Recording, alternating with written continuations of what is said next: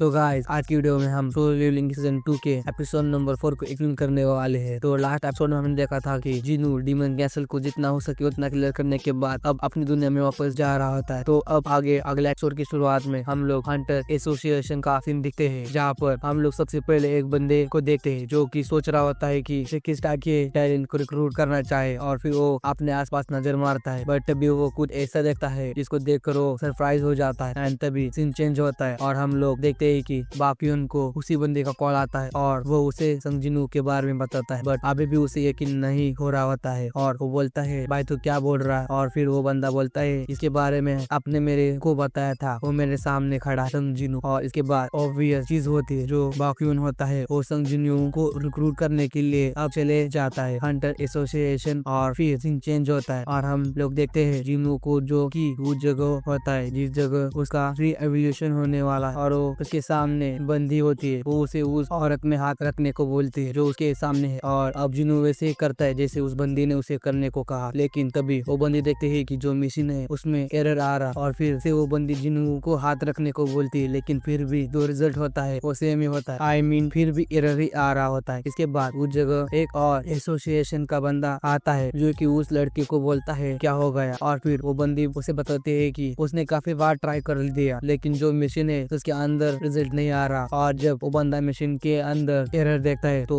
उसे बताता है कि जो मशीन है वो कैपेबल ही नहीं है उसके मानों को कैलकुलेट करने के लिए। और अब वो लोग समझ जाते हैं कि वो बंदा संगजिनू है और कोरिया का अब 10 एस रैंक हंटर बन चुका। और फिर सीन चेंज होता है और हम लोग देखते हैं मिस्टर वू और जंग को, जहाँ पर वो जंग होते हैं वो मिस्टर वू से रेड गेट एक्सीडेंट के बारे में पूछ रहे होते हैं। लेकिन जो मिस्टर वू होते हैं वो उसे बताते हैं कि वो वहाँ पर लास्ट तक नहीं थे तो वो उसे नहीं बता सकते। और इसी दौरान जो जंग होते हैं वो मिस्टर वू को यह भी बताते हैं कि उन्हें एसोसिएशन से आवाज आ रही है। और फिर मिस्टर वू कहते हैं ये कोई अवेक नहीं होगा जो कि अपनी पावर का अवलोकन कर रहा होगा, मैं जाके देख के आता हूँ। और फिर जंग भी उसके साथ आते हैं कि यह क्यों हो रहा, आई मीन वहाँ पे हल्ला। एंड इसके बाद सीन चेंज होता है और हम लोग देखते हैं दूसरे लोग, और जब वो लोग सुनते हैं कि जो संगजिनू है साउथ कोरिया का 10वां एक एस रैंक हंटर बन चुका है तो वो लोग काफी ज्यादा शॉक हो जाते हैं। और फिर उस जगह हंटर गिल्ड के रिप्रेजेंटेटिव जंग भी आते हैं जो कि जिनू को देखकर उसकी काबिलियत पहचान जाते हैं एंड देन वो खुद के बारे में उसे इंट्रोड्यूस करते हैं। इवन फिर वो भाईचारा का हाथ आई मीन उसे अपने गिल्ड में आने का हाथ बढ़ाते हैं, लेकिन फिर अपना जिनू जंग को पूरा इग्नोर करके चले जाता है। और यह देखकर ना जंग भी काफी ज्यादा शॉक हो जाते हैं और फिर जिनू वहाँ से गायब हो जाता है। और जंग को ऐसा लग रहा होता है कि वो कोई एस टाइप हंटर है बिकॉज वो विदाउट रेस यहाँ से डिसअपियरिंग। लेकिन तभी सामने से बाइक्यून भी आ रहे होते हैं और बंदे की जो सांस होते है ना वही फूल रही होती है, जो देखकर जंग पूरा समझ जाता है जिस नो मेंबर ने रेड गेट को क्लियर किया है व्हाइट टाइगर गिल्ड की हेल्प कर रही है वो और कोई नहीं संगजिनू है। और इसके बाद वो वहाँ से निकल जाते हैं। और इसके बाद हम लोग रात का सीन देखते हैं जहाँ पर जिनू अपनी मॉम के बगल में बैठा हुआ होता है और बोलता है आपको देखकर ऐसा लग रहा है कि आप किसी भी वक्त उठ सकती हो। और जब वो वहाँ से जा रहा होता है तो जाने से पहले वो बस यही कहता है बस मेरा थोड़ा और इंतजार कीजिए। और जब जिनू गेट से बाहर निकलता है तो उसके बगल में ही मिस्टर वू भी होते हैं और हमें पता चलता है कि जो हंटर एसोसिएशन है वो जिनू पर नजर रखी हुई है। एंड देन जो मिस्टर वू होते हैं वो जिनू को मिस्टर गो से मिलाते हैं और मिस्टर गो उसे बोलता है तुमसे मिलकर खुशी हुई और मैं हंटर एसोसिएशन का चेयरमैन मिस्टर गो हूँ। और इसके बाद वो लोग एक साथ बैठे हुए होते हैं जहाँ पर मिस्टर गो सबसे पहले जिनू को बधाई देते हैं कि वो एक एस रैंक हंटर बन चुका है। एंड इसके बाद वो अपने मुद्दे पे आते हैं जहाँ पे वो उसे बोलते हैं कि क्या वो उन्हीं में से एक बनेगा, आई मीन उसे ऑफर दे रहे हैं। लेकिन तो जिनू का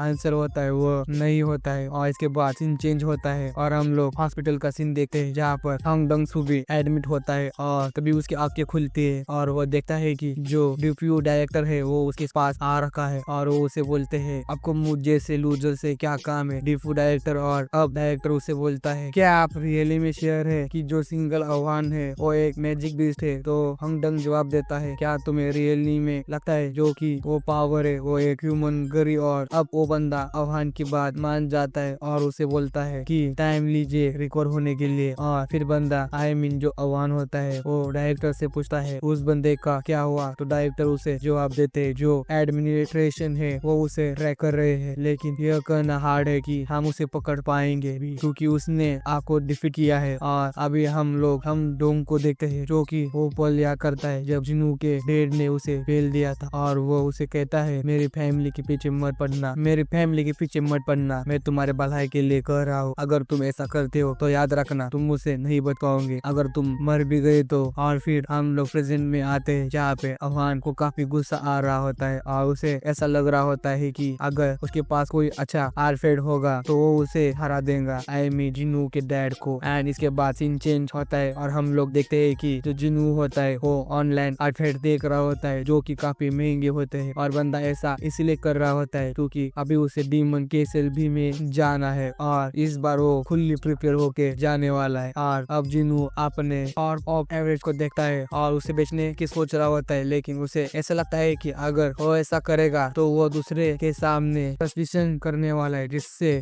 उसके पास एक एक्यूज रहे। एंड तभी उसे गिल रिक्वायरमेंट का फॉर्म भी दिखता है, जहाँ पे कोई गिल माइनिंग टीम के लिए बंदे ढूंढ रहे हैं। और इसके बाद सीन चेंज होता है और हम लोग देखते हैं जो जिनू होता है वो अब माइनिंग टीम में काम करने वाला है, और जो माइनिंग टीम में लीडर होता है वो जिनू को कहता है भाई रिलैक्स हो जाओ और हमारे साथ अपना बेस्ट दियो। और अब जिनू अपने मन में सोच रहा होता है कि एक हाई लेवल डेंजर को क्लियर करने के लिए जो टीम वर्क है वो काफी जरूरी होता है। फर्स्ट होता है असल टीम जो की मैजिक बीस्ट को हंट करती है, सेकेंड होता है माइनिंग टीम जो कि क्रिस्टल को माइनिंग करती है, आई मीन ट्रैक करती है, और थर्ड होता है रिकवरी टीम जो कि मैजिक बीस्ट की क्रॉप को कलेक्ट करती है। और इसके बाद हम लोग देखते हैं डेंजिंग के अंदर का सीन, जहाँ पे जंगयूंग और उसकी टीम के सामने काफी सारे मॉन्स्टर्स होते हैं, बट इससे जंगयूंग को कुछ भी फर्क नहीं पड़ता है। एंड अब अभी जो जंगयूंग होता है वो आगे बढ़ता है और इसके बाद अपना फायर अटैक उन मॉन्स्टर्स पर रिलीज कर देता है, और जो उसका फायर अटैक होता है ना वो देखने में काफी पावरफुल होता है और वो उन सभी मॉन्स्टर्स को जला के रख देता है। एंड इसके बाद जंगयूंग बोलता है टैग अब तुम्हारी बारी है। जो सभी टैक्स होते हैं वो सामने अपनी सील रख देते हैं और अब उन पे अटैक्स आता है, फायर अटैक। जो अटैक होते हैं वो इस अटैक को इजीली ब्लॉक कर देते हैं। एंड इसी के साथ ही उन्होंने जो अपने रेड है इसे कंप्लीट कर दिया, उन्होंने सभी बीस्ट को हरा दिया एक्सपेक्ट डेंजन बॉस, जिसे जो माइनिंग टीम है वो अंदर क्रिस्टल को कलेक्ट कर पाए। इवन जो रेड होते है ना के अंदर चाहे इन भी होती है, जो कि साउथ कोरिया की एक 9 एस रैंक हंटर है और बंदिया देखने में काफी ज्यादा ब्यूटीफुल लग रही है। और आखिर में हम लोग डेंजन के अंदर का सीन देखते हैं, जहाँ पर जो जिनू होता है वो मेहनत से अपना काम कर रहा होता है, और जब वो अकेला होता है तभी वो निकल जाता है डेंजन बॉस के इलाके में, आई मीन उसके एरिया में। और अब फाइनली वो उस जगह होता है जहाँ पर उसके सामने डेंजो बॉस होता है, लेकिन वो खुद करे तभी उसके पीछे कोई आ जाता है और बोलता है तुम यहाँ पे क्या कर रहे हो। और जो